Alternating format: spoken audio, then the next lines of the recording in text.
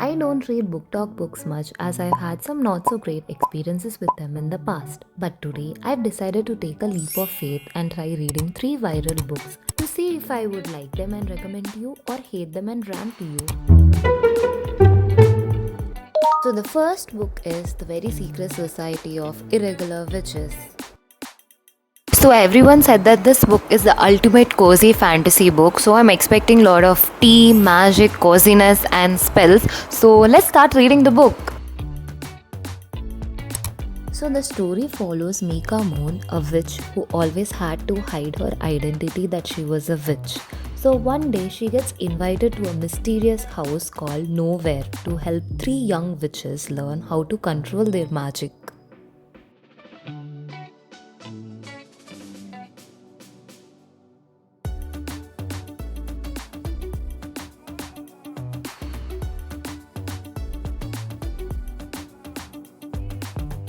So I finally read almost 50% of this book. Like I think I'm currently in 145th page. So this is an mid update. Let's talk about all the things that has been working so far in this book. The book is very warm and wholesome. Like it is very cozy and you just love the vibe of the book. And the next thing is charming characters. Like I love almost every single character in this book. For the first 50 pages, I didn't understand any of those characters. I was just waiting for the story to sink in more. But then the more I read, the more I care about the characters. Like each one of them are very wholesome and they have their own personalities. The third thing is the found family trope has been done very well in this book. The way they connect to each other just feels very subtle and heartwarming and very nice. So if you love found family tropes like me, then you can choose this book because it is totally worth it.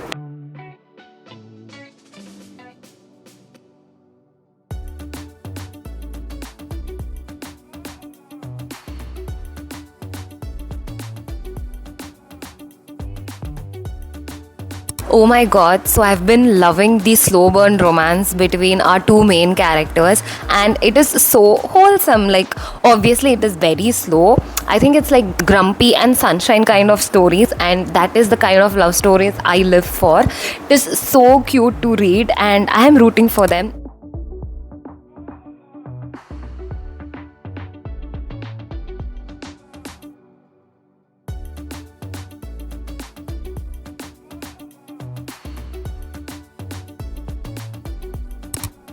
I'm sorry for this awkward camera positioning, but let's get to the final review of The Very Secret Society of Irregular Witches. This is the kind of book that wraps itself around you on a rainy day like your favorite blanket. That's exactly how I felt reading this book. It was super cozy and whimsical. As I said, the characters were very lovable and I found myself rooting for Mika as she was navigating through found family, love and belonging. The part I liked the most in this story was the slow burn romance between our 2 main characters. The slow burn was just perfect and satisfying. So if you love the perfect, gentle enemies to lovers, then this is the kind of book you need to read. This book reminded me so much of my favorite movie, Godavari, which I've watched like around 50 times now. And exactly that is how I felt while reading this book. I was just reminded so much of those characters from that movie. And the last crow was the atmosphere. The whimsical magic, the cozy cottages, and a dash of British countryside vibes. This was the perfect atmosphere for the book, and I loved reading about it. I chose White Nights as the next book because I've always wanted to read this, and it was also very hyped on the internet. The story follows our narrator, a sensitive and an introvert man who lives more in his imagination than in the real world. He calls himself the dreamer. So one night he meets Nastenka, a woman with her own heartbreak and hopes. The two form a bond as he offers his help and companionship to her.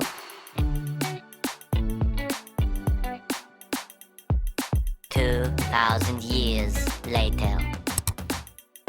Now I understand why this book is this much hyped on the internet. I finished this book last night in one sitting. Like I finished this book in 2 hours, I guess.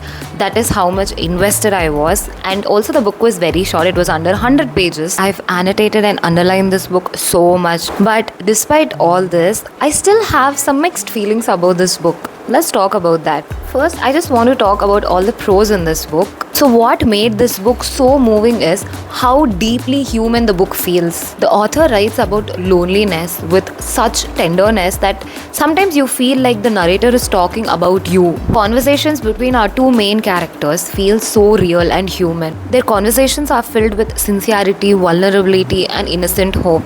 I read this review while I was going through Storygraph's review for White Nights. I am afraid that I found the main character too pathetic to be able to truly connect with him. I must be too online because his actions just reeked of love bombing and desperation. Perhaps that was the goal. I pitied him too much to be rooting for him. So I felt that his loneliness ran so deep that when he met the female character, he poured all his longing, affection, and everything into one single person, which was kind of overwhelming and also felt like love bombing at the same time. And I also didn't like the Insta love, like, I felt there was nothing much happening for him to feel that much love and affection towards her. That was kind of like out of the place.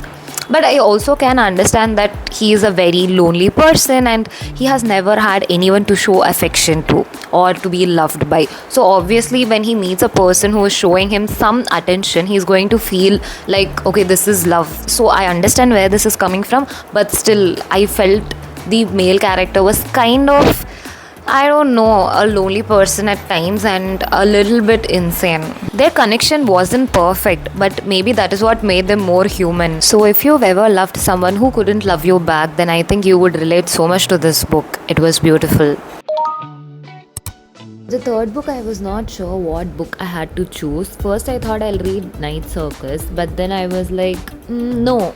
I was in the mood for reading a thriller, so I thought, okay, maybe I'll just go to my library and see if I can find any good thriller.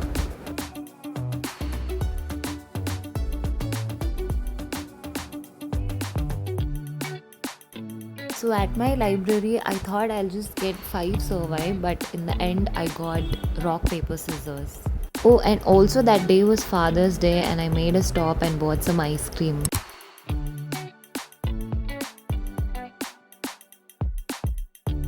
The story follows Adam and Amelia, a couple whose relationship has been falling apart for years.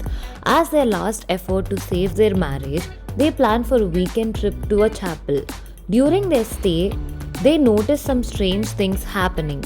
So the story is told through alternating perspectives by Amelia and Adam and through some mysterious letters too, which are written to Adam over the years.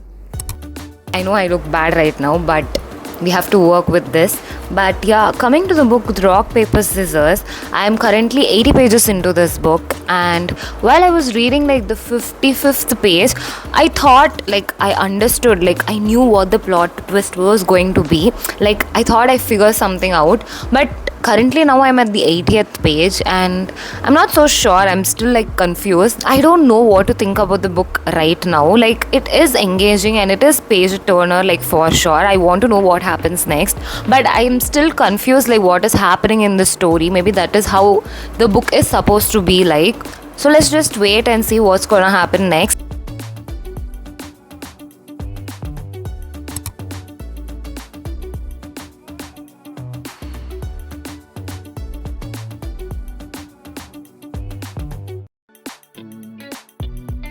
So I'm currently in page 173 right now, and the story feels a bit boring and slow. I don't know why, but that is how I feel. Like for the first 150 pages, the story was like very good and I was super invested and interested and I wanted to know what was going to happen next. So I kept on reading and reading and reading. But now after like the 150th page, I just felt the story was a bit of drag and I just want to finish it and I want to know the ending, and I really hope the ending is worth it. Let's see.